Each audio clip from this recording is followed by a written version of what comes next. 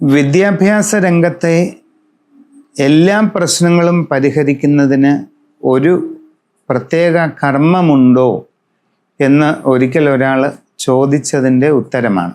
കേരളത്തിൽ അങ്ങോളം ഇങ്ങോളം വിദ്യാ സരസ്വതിയെ ആരാധിക്കുന്നുണ്ട്. സരസ്വതി ദേവിയുടെ പൂജകൾ ധാരാളം നടത്തുന്നുണ്ട്. സരസ്വതി ക്ഷേത്രങ്ങളുണ്ട്. ഇങ്ങനെ സരസ്വതി ഉപാസന സർവ്വസാധാരണമാണ്.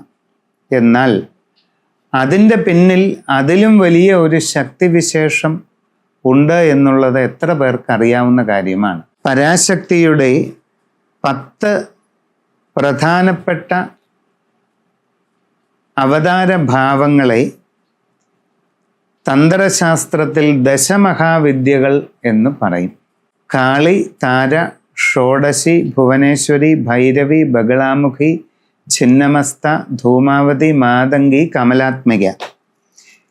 ഇങ്ങനെയാണ് 10 പേര്.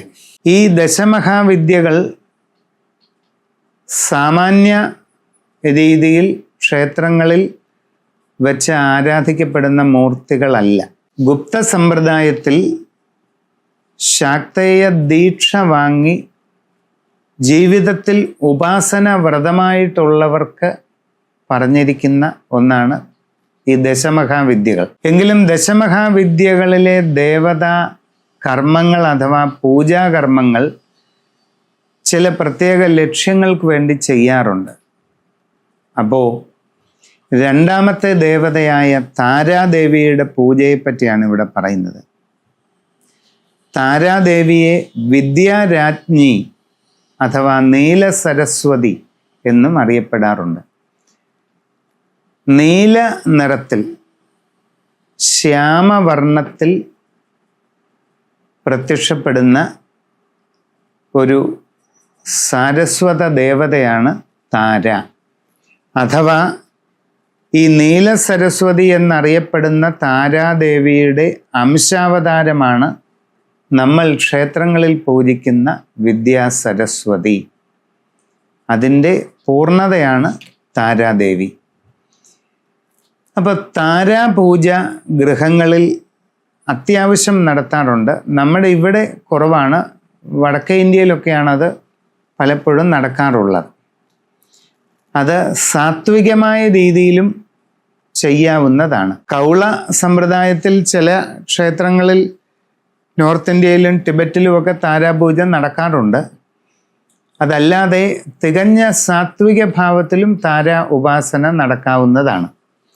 അങ്ങനെ താരാപൂജ പ്രത്യേകമായ താരാപത്മം കളം വരച്ച് അതിൽ താരാദേവിയെ സപരിവാരം ആവാഹിച്ച് സമഗ്രമായി നിവേദ്യസഹിതം പൂജ നടത്തി സമർപ്പിക്കുന്നതായാൽ വിദ്യാഭ്യാസ സംബന്ധമായ എല്ലാ കാര്യങ്ങൾക്കും അത് ഒരു പരിഹാരമാണ്.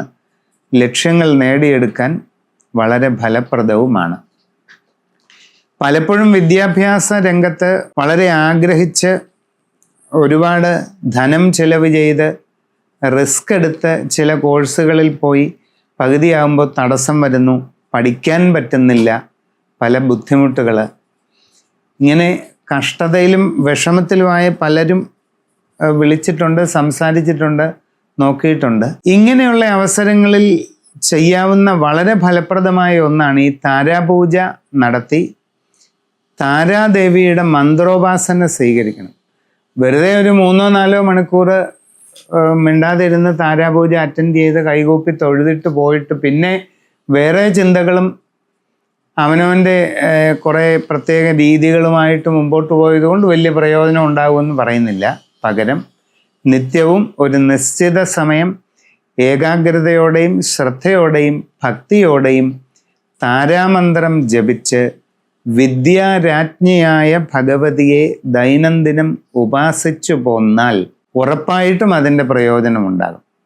ഒരു കാര്യം മനസ്സിലാക്കണം, നോ പെയിൻ നോ ഗെയിൻ എന്നൊരു പഴമൊഴി ഉണ്ടല്ലോ.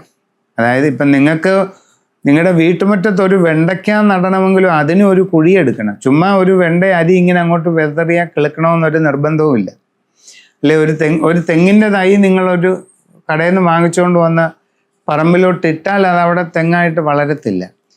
കുഴിയെടുത്ത് തടമെടുത്ത് അതിൽ കുഴിച്ചു വച്ചാലേ അത് ഒരു നാളികേര വൃക്ഷമായിട്ട് വരൂ. അതായത് എഫർട്ട് എല്ലാ കാര്യങ്ങളിലും ആവശ്യമുണ്ട്.